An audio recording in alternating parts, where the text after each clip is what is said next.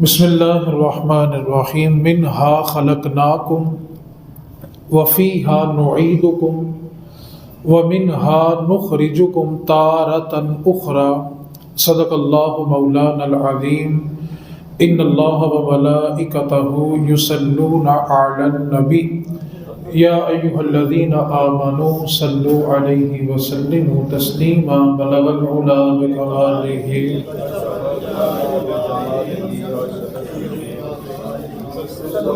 بلغ العلا بکمالہ کشف الدجى بجمالہ حسنت جمیع خصالہ۔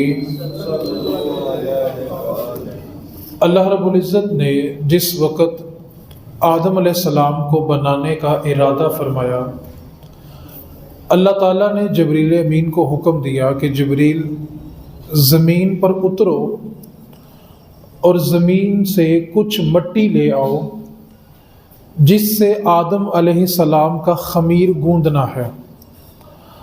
یہ جس جگہ آج بیت اللہ موجود ہے، خانہ کعبہ موجود ہے، جبریل امین اس جگہ پر اترے اور یہاں سے ایک مٹھی بھر مٹی کو اٹھایا۔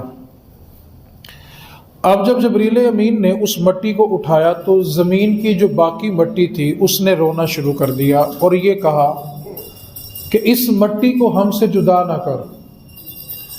جبریل امین نے وہ مٹی جو اٹھائی تھی وہیں پہ واپس رکھی اور خالی ہاتھ اللہ کی بارگاہ میں حاضر ہوئے۔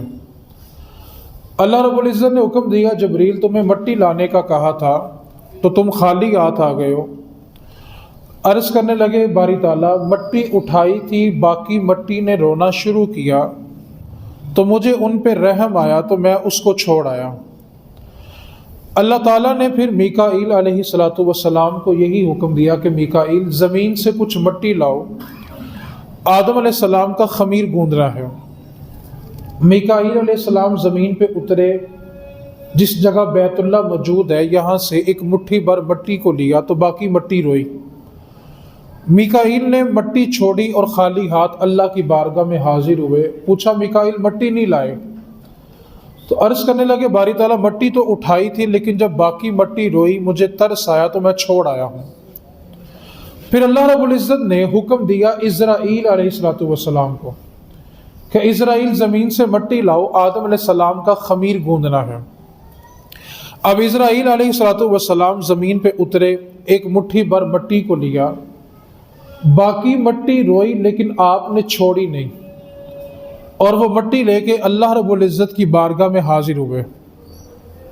اب فرشتوں کے ذریعے اس خمیر کو گوندا گیا، اس مٹی کو گوندا گیا جس سے آدم علیہ السلام کو تخلیق فرمانا تھا۔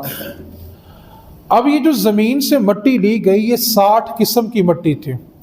آپ دیکھتے ہیں کہ مختلف علاقے ہوتے ہیں تو ان کی مٹی مختلف ہوتی ہے۔ جس مٹی سے آدم علیہ السلام کا خمیر گوندا گیا تھا وہ 60 قسم کی مٹی تھی۔ یہی وجہ ہے کہ آج اولاد آدم کے اندر کسی کا مزاج بہت زیادہ سخت ہوتا ہے، کسی کا بہت زیادہ نرم ہوتا ہے، کوئی ہر وقت چڑچڑے پن میں رہتا ہے، کوئی درگزر کرنے والا ہوتا ہے، کوئی دل میں رکھنے والا ہوتا ہے۔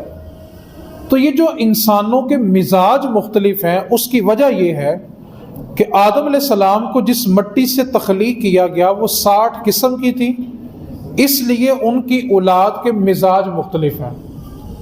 اب ہم ایک جملہ بولتے ہیں کہ جتھوں دی مٹی اوتھے، یعنی جب بندے کو دفن کیا جاتا ہے، جیسے مثال کے طور پہ ایک بندہ حج یا عمرے کے لیے جاتا ہے اور اگر اس کا وہیں پہ وصال ہو جائے تو اس کو جب جنت البقیع میں دفن کیا جاتا ہے تو لوگ بڑے فخر سے کہتے ہیں یار جتھوں دی مٹی سی نا اوتھے پہنچ گئے۔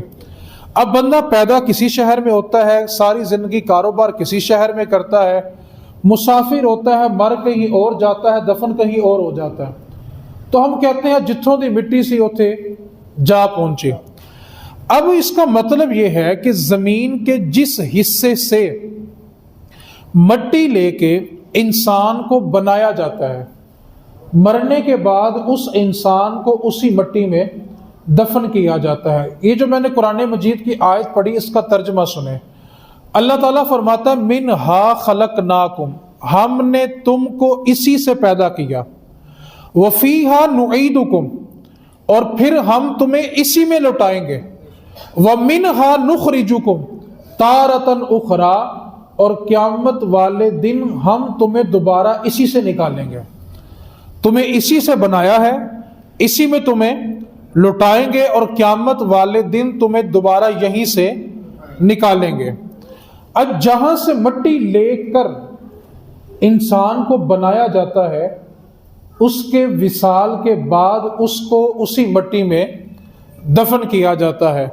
اب یہ ساری گفتگو سن کے آپ نے اس جملے کو بڑی محبت، عقیدت، عشق کے ساتھ سننا ہے۔ خلاصہ کیا ہے کہ جس جگہ سے مٹی لے کر جس انسان کو بنایا جاتا ہے، وصال کے بعد اس کو اسی مٹی میں دفن کیا جاتا ہے۔ اب آپ تھوڑی توجہ فرمائیں کہ زمین کے جس حصے سے مٹی لے کر اللہ نے اپنا محبوب بنایا ہے، اسی جگہ سے مٹی لے کے اللہ نے ابو بکر بھی بنایا ہے، عمر فاروق بھی بنایا ہے۔ وہ آج بھی حضور کے پہلو میں ہے، وہ آج بھی حضور کے ساتھ ہے۔ امام زین العابدین رضی اللہ تعالی عنہ اہل بیت کے بہت بڑے امام ہیں، تو ان سے کسی شخص نے جو جناب صدیق اور جناب عمر سے بغض رکھتا تھا، کہنے لگا آپ کا ان کے بارے کیا خیال ہے؟ نیت تھی کہ آپ کوئی سخت جملے بولیں گے، لیکن امام زین العابدین فرمانے لگے ان کا مقام میں نہیں بتا سکتا، جا حضور کے روزے کے پاس جا کے دیکھ حضور نے اپنے پاس سلایا کیسے ہوا ہے، ان کا مقام میں کیا بتاؤں، حضور سے پوچھ جا کے۔ ساری زندگی بھی حضور کے ساتھ رہے اور قیامت تک بھی حضور کے ساتھ ہیں، اور پھر جنت میں بھی حضور کے ساتھ ہی داخل ہو جائیں گے، کیونکہ میرے محبوب نے فرمایا کہ بروز محشر سب سے پہلے میری قبر کو کھولا جائے گا، اور سب سے پہلے جب میں اپنی قبر سے باہر آؤں گا پھر ابو بکر کو اٹھاؤں گا، پھر عمر کو اٹھاؤں گا۔ پھر حضور نے ہاتھ پکڑ کے بتایا، دائیں ہاتھ میں جناب صدیق کا ہاتھ لیا، بائیں ہاتھ میں جناب عمر کا ہاتھ لیا، اور فرمایا صحابہ یہ نقشہ دیکھ لو، جب میدان معاشر لگے گا میں اپنے یاروں کے ساتھ اسی طرح میدان معاشر میں بھی آؤں گا۔ تو فرمایا کہ میں کیا بتاؤں کہ ابو بکر اور عمر کیا تھے، جاؤ حضور سے پوچھو ابو بکر بھی کیا ہے اور عمر بھی کیا ہے۔ صرف اور صرف سیاستہ میں، جن کو حدیث کی مشہور 6 کتابیں کہا جاتا ہے، 316 حدیثیں صرف اور صرف جناب صدیق کی شان میں آئی ہیں۔ نبی پاک صلی اللہ علیہ وسلم کی ایک حدیث پاک ہے، اس پر کلام کرنا ہے۔ نبی پاک صلی اللہ علیہ وسلم نے فرمایا میرے بعد جب میرے صحابہ کے بارے گفتگو کرنا تو سنبھال کے کرنا، اور اگلے جو حضور کے لفظ ہیں نا وہ تھوڑی سی توجہ سے سننے والے ہیں۔ فرمایا جب بھی میرے صحابہ کی بات کرنی ہے تو میرا لحاظ رکھنا ہے۔ بندہ کیا کہتا ہے، مینوں تیرا منہ مار دے، آپ اس جملے کے بعد حضور کی حدیث سنیں۔ فرمایا جب بھی میرے صحابہ کا تذکرہ کرنا ہے تو میری نسبت کا خیال کرنا ہے۔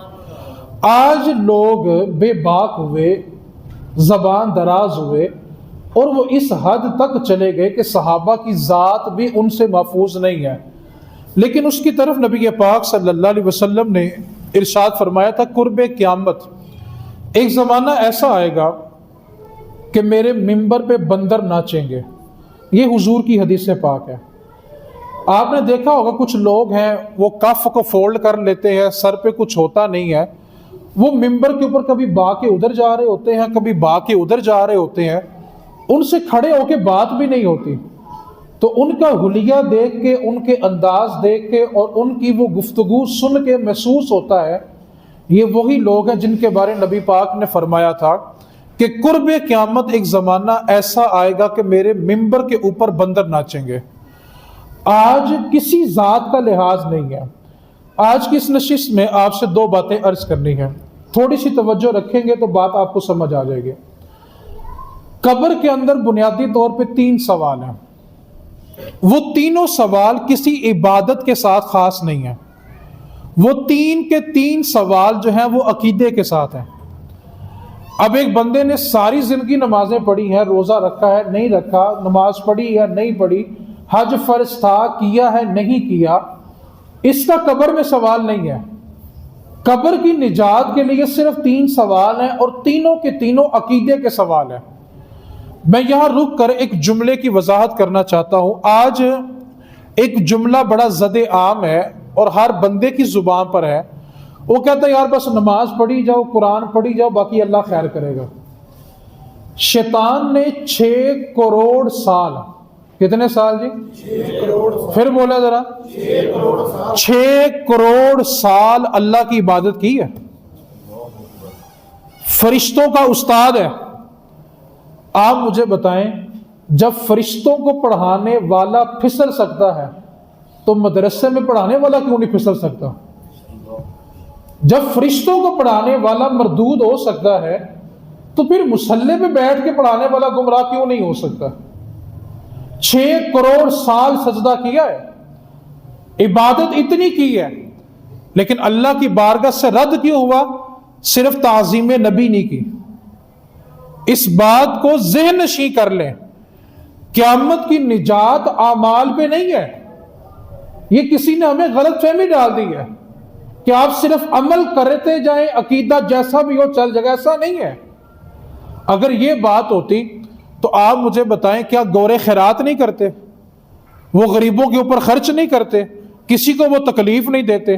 رستے کو وہ صاف رکھتے ہیں؟ پڑوسی کو اذیت وہ نہیں دیتے؟ اگر اعمال پہ ہی جنت ملنی ہے تو وہ کرپشن نہیں کرتے، چوری وہ نہیں کرتے، چیز میں ملاوٹ وہ نہیں کرتے. لیکن بتائیں جنت کس کو ملنی ہے؟ کیوں؟ نمازیں تو آپ پڑھ رہے ہیں، روزے تو آپ رکھ رہے ہیں، ٹھیک ہے. اگر بندہ بے نمازی بھی ہے، روزے نہیں بھی رکھے، لیکن اگر اس کا ایمان سلامت ہے، وہ مرتے وقت اس عقیدے پہ مرا کہ لا الہ الا اللہ محمد. اور ایک بات کو اور یاد رکھیں، میں ایک جملہ بول کے اپنی گفتگو پہ واپس آ رہا ہوں. ایک ہی جملے میں سارا خلاصہ ہے. جب تک لا الہ الا اللہ تھا کوئی بھی گمراہ نہیں تھا. جب تک کوئی بھی گمراہ نہیں تھا. گمراہ ہوئے کب؟ جب آیا محمد الرسول اللہ، جب آیا آدم رسول اللہ، آدم نبی اللہ. پتہ یہ چلا توحید تو سارے کرتے رہے ہیں، پتہ یہ چلا کہ اللہ کی مانے گا وہ جو تعظیم نبی کرتا ہوگا. صرف لا الہ الا اللہ تھا تو کوئی گمراہ نہیں تھا، سب جنت کے اندر رہتے تھے. لیکن جب تعظیم نبی کی بات آئی تو پھر پہلا مردود پیدا ہوا، اور اس نے یہ قسم کھائی تھی، اے اللہ تو مجھے قیامت تک مہلت دے، میں قیامت تک تیرے بندوں کو ورگلاتا رہوں گا. لیکن اللہ کی شان پہ اور اس کی رحمت پہ قربان جاؤں، فرمایا کہ تو قیامت تک ورگلاتا رہ، میرا بندہ ایک بار آ کے میری بارگاہ میں مجھ سے رجوع کرے گا، میں پچھلے سارے گناہ ہی معاف فرما دوں گا. تو اپنا کام کرتا رہے، ہمارا اپنا کام ہے. تو جب تک لا الہ الا اللہ تھا کوئی بھی گمراہی کب شروع ہوئی؟ جب بات آئی انبیاء کی. آج لوگ کہتے ہیں جی اللہ اللہ اللہ. ہمارا بھی عقیدہ ہے کہ اللہ کے سوا کوئی معبود نہیں ہے، اللہ کے سوا کوئی خالق نہیں ہے.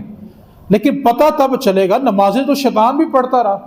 آج لوگ کہتے ہیں دیکھیں جی وہ ہم سے زیادہ نمازیں پڑھتے ہیں، ہم سے زیادہ قرآن پڑھتے ہیں، ہم سے زیادہ خیرات کرتے ہیں، ٹھیک ہے. دوسروں کی چہرے دیکھ کے لوگ کہتے ہیں. تو یار یہ سارے کام جو نمازیں شیطان نے بھی پڑھی ہیں، اس کے بارے آتا ہے کہ زمین پہ ایک چپا بھی زمین ایسی نہیں ہے جہاں ابلیس نے سجدہ نہیں کیا. تو بتائیں اس کی نمازوں نے اس کو بچایا؟ بچنے کے لیے صرف ایک رستہ ہے، وہ تعظیم مصطفیٰ ہے، وہ تعظیم انبیاء ہے، وہ تعظیم صحابہ ہے، وہ تعظیم اہل بیت ہے، وہ تعظیم اولیاء ہے. عبادتیں بندہ لاکھ کر لے، لیکن اگر ادب سے خالی ہے تو اس کی عبادتیں قابل قبول نہیں ہیں. پہلی بات جو آپ سے عرض کرنی ہے وہ یہ ہے، اس بات کے اوپر ساری امت کا اتفاق ہے اور 1400 سال سے اتفاق ہے کہ انبیاء کے بعد کائنات میں اللہ نے سب سے زیادہ جس کو مرتبہ دیا وہ جناب صدیق اکبر کو دیا ہے. جناب ابو دردہ فرماتے ہیں کہ ایک دن ایسا تھا کہ میں جناب ابو بکر صدیق کے نا آگے آگے چل رہا تھا اور حضور کسی جگہ بیٹھ کے مجھے دیکھ رہے تھے. حضور نے مجھے بلایا اور فرمایا ابو دردہ تم کس کے آگے چل رہے تھے؟ ابو بکر کے آگے چل رہے تھے. اب حضور کے جملے سننے ہیں. نبی پاک صلی اللہ علیہ وسلم نے فرمایا ابو دردہ سورج نہ کسی ایسے شخص پہ نکلا ہے نہ کبھی کسی ایسے شخص پہ غروب ہوا ہے جو انبیاء کے بعد ابو بکر سے زیادہ فضیلت رکھنے والا ہو. سورج کبھی طلوع ہی نہیں ہوا، ایسا شخص سورج نے کبھی نہیں دیکھا کہ انبیاء کے بعد کوئی ابو بکر سے بڑھ کے ہو. اور جب حضور کا بخار شدت اختیار کر گیا، جناب صدیق اکبر رضی اللہ تعالیٰ عنہ نے رسول رحمت فخر دو عالم صلی اللہ علیہ وسلم کی ظاہری حیات میں 17 نمازیں پڑھائی ہیں. اب جب حضور کا بخار شدت اختیار کر گیا تو حضور کے بخار کی شدت کا عالم یہ تھا کہ حضور ایک دن صحابہ سے خطاب کرنے کے لیے، ملاقات کرنے کے لیے باہر تشریف لائے تو 2 صحابہ نے حضور کی بغلوں میں اپنے کندھے سے سہارا دیا ہوا تھا اور حضور کی تہمت مبارک زمین پر اس طرح رینگتی ہوئی آ رہی تھی. بخار اس قدر شدت اختیار کر چکا تھا اور اماں عائشہ فرماتی ہیں کہ جتنا بخار اور جتنی یہ تکلیف حضور کے وصال میں نے حضور کی دیکھی ہے اس کے بعد کسی اور کی نہیں دیکھی.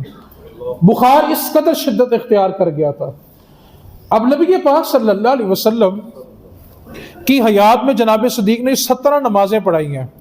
ایک بات کو یاد رکھ لیں، کچھ لوگ ہیں جو قوالیاں سن کے اپنا عقیدہ بناتے ہیں. قوال کہہ رہا ہوتا دمادم مس کلندر علی دا پہلا نمبر، ایسا نہیں ہے. دمادم مس کلندر ابو بکر دا پہلا نمبر. پھر لوگوں نے کہا جی وہ خلافت میں تھے، ولایت میں نہیں تھے. سب سے بڑا دھوکہ یہاں سے دیا گیا. ایک بات کو پلے باندھ لیں، نبی پاک صلی اللہ علیہ وسلم نے اپنا مصلی جس کو عطا کیا اپنا ولی بنا کے عطا کیا ہے. اب جناب صدیق اکبر رضی اللہ تعالیٰ عنہ کسی کام میں تھے کہ مصلی پہ جناب عمر فاروق رضی اللہ تعالیٰ عنہ کھڑے ہوں گے. حضور کا بخار شدت میں ہے. اب جب جناب عمر فاروق رضی اللہ تعالیٰ عنہ کی آواز سنی تو نبی پاک صلی اللہ علیہ وسلم نے اپنے حجرے سے پردہ ہٹایا اور دیکھا کہ میرے مصلی پہ عمر کھڑا ہے تو حضور نے فرمایا لا نہیں، لا نہیں. صحابہ نے عرض کی آقا کیا ہوا؟ نبی پاک صلی اللہ علیہ وسلم نے فرمایا ابو بکر کے ہوتے ہوئے عمر مصلی پہ کھڑا ہی کیسے ہوا ہے؟ اللہ کے نزدیک بھی اور فرشتوں کے نزدیک بھی ابو بکر کے ہوتے ہوئے اس سے کوئی آگے نہیں بڑھ سکتا. تو نبی پاک صلی اللہ علیہ وسلم نے یہ 2 ٹوک ہمیں بتایا. اب حضور کی بارگاہ میں خاتون ایک مسئلہ پوچھنے کے لیے آئی، اس نے آ کے حضور سے کچھ سوالات پوچھے، حضور نے ان کے جواب دیے. اب جب جانے لگی تو مڑ کے پھر آئی اور کہنے لگی اے اللہ کے رسول، اگر دوبارہ کبھی میں مدینے آؤں اور آپ کو نہ پاؤں تو پھر کس کے پاس جاؤں؟ اس کا اشارہ حضور کے وصال کی طرف تھا. اے اللہ کے رسول، دوبارہ کبھی میرا مدینے آنا ہو اور میں کچھ پوچھنا چاہوں، آپ کو نہ پاؤں تو کدھر جاؤں؟ میرے محبوب نے فرمایا اگر مجھے نہ پاؤں تو ابو بکر کے پاس چلی جانا. اب حضور نے اپنا خلیفہ جناب صدیق کو ایک بات تو مجھے بتائیں، آج لوگ فیس بک کے اوپر بیٹھ کے اپنے آپ کو بھی گمراہ کر رہے ہیں، لوگوں کو بھی کر رہے ہیں. مجھے ایک بات بتائیں، جس ابو بکر نے گھر کا سارا سامان راہ خدا میں دے دیا، پہننا ہوا کرتا بھی اتار کے دے دیا، مسجد نبوی کی جگہ خرید کے دی ہو، سب کچھ راہ خدا میں دے دیا ہو، مجھے وہ بتائیں کیا وہ رسول اللہ کی بیٹی کا حق ماریں گے؟ اتنا بڑا دھوکہ. چلے میں آپ سے صرف ایک سوال، اس موضوع میں آنا نہیں چاہتا، صرف ایک اشارہ دینا چاہتا ہوں. آپ نے ساری زندگی یہ سنا ہے کہ جناب ابو بکر صدیق نے سیدہ پاک کو باغ نہیں دیا، یہی شور سنا ہے نا. آپ مجھے ایک بات بتائیں، اگر توجہ کریں گے تو میں ایک مسئلے کو ایک جملے میں سمجھا دیتا ہوں. جب بندے کا وصال ہوتا ہے تو اس کی وراثت بیوی کو ملتی ہے کہ نہیں ملتی؟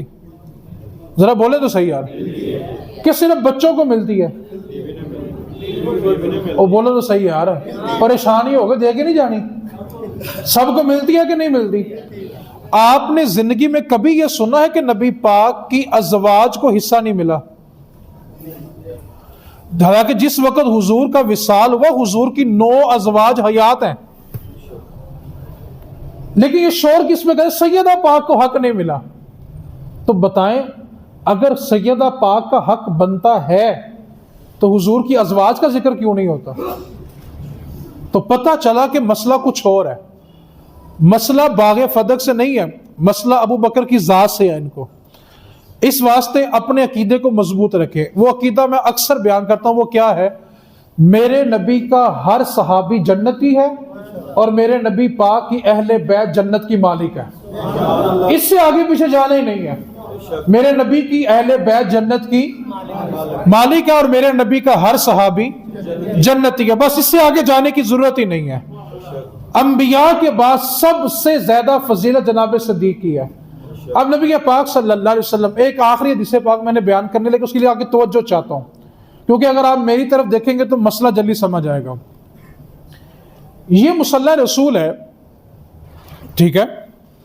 اب اس محراب کے اندر امام کھڑا ہو کے نماز پڑھا رہا ہے، ٹھیک ہے، اور بالکل جو پیچھے کھڑا ہو کے بندہ نماز پڑھ رہا ہے امام کے بالکل پیچھے. مجھے بتائیں امام کتنا کے مڑے کے پیچھے والے بندے کو دیکھ سکتا ہے؟ میری طرف دیکھیں گے حدیث سمجھ آئے گی. اگر اتنا مڑے تو اتنا اتنا، جب تک سینہ پھرے نہ بالکل پیچھے والا نظر. پھر بات سنیں، بندہ امام کہاں کھڑا ہے؟ محراب کے اندر، اور اس کے جو بالکل پیچھے کھڑا ہے اس نے اپنے بالکل پیچھے والے بندے کو دیکھنا ہو تو کتنا مڑنا پڑے گا؟ جب تک سینہ مڑ نہ جائے پیچھے والا نظر، گردن گھمانے سے نظر نہیں آئے گا. نماز کی شرائط میں ایک شرط ہے کہ اگر بندے کا سینہ قبلے سے پھر جائے تو نماز ٹوٹ جاتی ہے.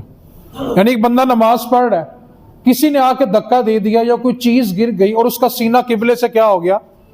پھر گیا، تو نماز کیا ہو جائے گی؟ اس کی ٹوٹ جائے گی. اس کو نماز دوبارہ پڑھنی پڑے گی. کیوں؟ کہ قبلے کی طرف منہ کر کے نماز پڑھنا شرط ہے. قبلے کی طرف منہ نہیں ہے تو نماز ہی نہیں ہے. اب امام کے جو بالکل پیچھے کھڑا ہے اس کو دیکھنے کے لیے کتنا؟ جب تک سینہ مڑ نہ جائے. اب آپ نے یہ نقشہ ذہن میں رکھنا ہے. نبی پاک صلی اللہ علیہ وسلم ایک موقع تھا کہ ایک قبیلے میں کسی دو گروہوں کی لڑائی ہو گئی اور انہوں نے صلح کرانے کے لیے نبی پاک صلی اللہ علیہ وسلم کو اپنے قبیلے میں مدعو کیا اور عرض کی کہ آپ آ کر ہمارے دونوں قبیلوں کے درمیان صلح کروا دیں. اب رسول رحمت صلی اللہ علیہ وسلم اس قبیلے میں صلح کروانے کے لیے چلے گئے. اب نبی پاک صلی اللہ علیہ وسلم جب واپس تشریف لائے تو نماز ظہر کا بالکل آخری وقت تھا اور صحابہ نماز پڑھ رہے تھے اور جناب صدیق اکبر ان کی امامت کر رہے تھے.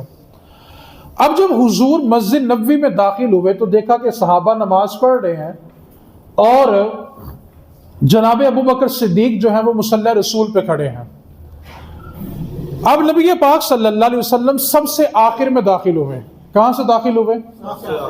سب سے آخر میں داخل ہوئے اور صفوں کو چیرتے چیرتے چیرتے چیرتے پہلی صف میں جناب ابو بکر کے بالکل پیچھے آ کے کھڑے ہو گئے. حضور داخل کہاں سے ہوئے؟ اور صفوں کو. اب عرب کے اندر یہ دستور تھا، آج بھی شریعت کا مسئلہ ہے کہ اگر آپ نماز میں ہنگامی حالت ہو جائے، کوئی ہنگامی مسئلہ ہو گیا ہے، تو اگر آپ نے نماز کی حالت میں نماز توڑے بغیر کسی کو اطلاع کرنی ہونا تو اس کا طریقہ یہ ہوتا ہے، دیکھیں ہاتھوں پہ ہاتھ مارے جاتے ہیں تاکہ بندے کو پتہ چل جائے کہ کوئی ہنگامی صورتحال ہے، اس کو دیکھنا ہے. اب حضور آئے بعد میں اور صفوں کو چیرتے چیرتے پہلی صف میں آ رہے ہیں. اب حضور جس صف سے گزر رہے ہیں نا، وہ صحابہ ہاتھوں پہ ہاتھ مار رہے ہیں اور جناب صدیق کو مطلع کر رہے ہیں کہ حضور آ گئے ہیں. کیا آ گئے ہیں جی؟ گج بج کے کہو حضور آ گئے ہیں. کون آ گیا ہے؟ اب صحابہ تالیوں پہ تالیاں مار کے جس صف سے حضور گزر رہے ہیں، صحابہ تالیوں پہ تالیاں مار کے کس کو اطلاع کر رہے ہیں؟ جناب صدیق اکبر کو اطلاع کر رہے ہیں کہ حضور. اب جب تالیوں کا شور بڑا، مسجد نبوی گونج اٹھی. اتنی دیر میں حضور بالکل جناب صدیق اکبر کے پیچھے آ کے کھڑے ہو گئے. اب حضور پیچھے کھڑے ہیں، ابو بکر صدیق مصلی پہ کھڑے ہیں. اب مجھے بتائیں امام نے پیچھے والے کو دیکھنا ہو تو کتنا مڑنا پڑے گا؟ سینہ پورا پھیرنا پڑے گا. تھوڑا سا مڑ کے پیچھے والا نظر، جب تک سینہ نہ پھرے پیچھے والا نظر. اب حضور جناب صدیق کے بالکل پیچھے کھڑے ہیں. اب جناب ابو بکر نے اپنا پورا سینہ پھیرا، اپنا پھر بولو سینہ پھرے تو نماز ٹوٹ جاتی ہے. جناب صدیق نے پورا سینہ پھیر کے پیچھے کھڑے حضور کو دیکھا. اب حضور کا جملہ توجہ سے سننا ہے. نبی پاک نے یہ نہیں فرمایا ابو بکر تیری نماز ٹوٹ گئی، فرمایا ابو بکر اپنی نماز کو پورا کرو. ابو بکر اپنی نماز کو، حالانکہ شرط یہ ہے کہ قبلے سے سینہ پھر جائے تو نماز ہے، لیکن حضور نے یہ نہیں کہا ابو بکر نماز دوبارہ پڑھو، فرمایا کہ ابو بکر اپنی نماز کو پورا کرو. یار سینہ قبلے سے پھر جائے تو نماز ٹوٹ جاتی ہے. جناب صدیق نے پورے کا پورا سینہ پھیر کے بالکل پیچھے کھڑے حضور کو دیکھا تو نماز نہیں ٹوٹی. اس کی وجہ یہ تھی کہ سامنے کعبہ تھا اور پیچھے کعبے کا کعبہ کھڑا تھا.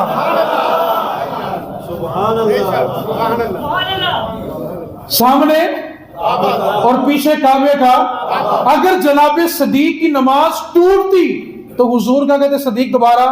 اب حضور نے کیا کہا کہ جناب صدیق سے کہ اپنی نماز کو، اور میں کہتا ہوں بدبختو، تم کہتے ہو حضور کا خیال آئے تو نہیں ہوتی، ہم کہتے ہیں جب تک نہ آئے تب تک نماز نہیں ہوتی. تم نے کون سی نماز پڑھ لی جس میں حضور کے خیال نہیں ہے؟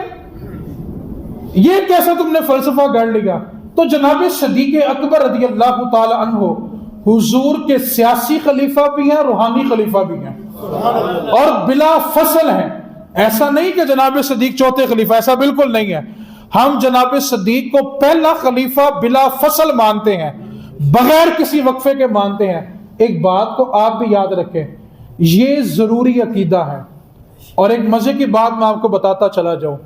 قرآن کریم سے، قرآن پاک کی آیات سے صرف ایک صحابی کی صحابیت ثابت ہے، باقی سب کا صحابی ہونا حدیث میں ہے. قرآن کریم میں جس کے صحابی ہونے کا ذکر ہے نا، وہ ثانی اثنین اذ ہما فی الغار، وہ جناب صدیق اکبر کی ذات ہے. واحد صحابی ہیں جن کے صحابی ہونے کا انکار کرو تو بندہ دار اسلام سے خارج ہے. باقی کسی صحابی کی صحابیت کا انکار ہو تو بندہ گمراہ ہے، فاسق ہے، لعنتی ہے، لیکن اس کو کافر نہیں کہیں گے. لیکن جناب صدیق کی صحابیت کا منکر جو ہوتا ہے وہ کافر ہوتا ہے. اس واسطے اس بات پر اپنے آپ کو مضبوط رکھے. میں نے گزشتہ نشست میں یہ بھی کہا تھا، جو بندہ کہتا ہے نا میں سب کی سن لیتا ہوں، وہ ساری زندگی اپنا ایمان پختہ نہیں کر پاتا، کیونکہ وہ جگہ جگہ سے سننے والا ہوتا ہے، وہ جگہ جگہ کی بولیاں سننے والا، سمجھنے والا ہوتا ہے، اور اس کا نتیجہ یہ ہوتا ہے کہ اس کا اپنا ایمان مضبوط نہیں. اس واسطے آپ کا عقیدہ کیا ہے کہ انبیاء کے بعد کائنات میں اللہ نے جس کو سب سے زیادہ مرتبہ دیا ہے وہ جناب صدیق اکبر کی ذات ہے. یہ کہنا چھوڑ دو کہ لوگوں نے کہتے ہیں جی حق کھا لیا. یار جو غار کا آخری سوراخ بھی ڈنگ کھا کے بند کرتا ہو، سب کچھ حضور کو دیتا ہو، مسجد نبوی کی جگہ خریدنے والے جناب صدیق ہیں، اپنا کرتا اتار کے حضور کے دین پہ قربان کر دیا. تم نے سوچ بھی کیسے لیا کہ ایسا ہو سکتا ہے؟ اس واسطے اپنے عقیدے کو بقا دے.